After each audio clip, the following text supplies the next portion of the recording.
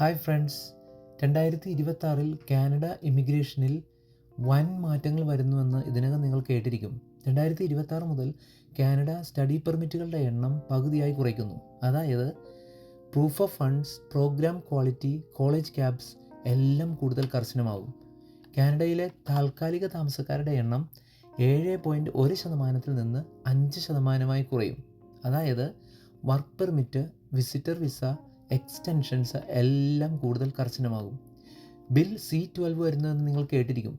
ഈ നിയമം പാസ്സായാൽ സർക്കാരിന് PR, work permit, study permit, visa intake pause ചെയ്യാനും ഇതിനകം നൽകിയ അപേക്ഷകൾ നിർത്തുകയോ റദ്ദാക്കുകയോ ചെയ്യാനും കഴിയും.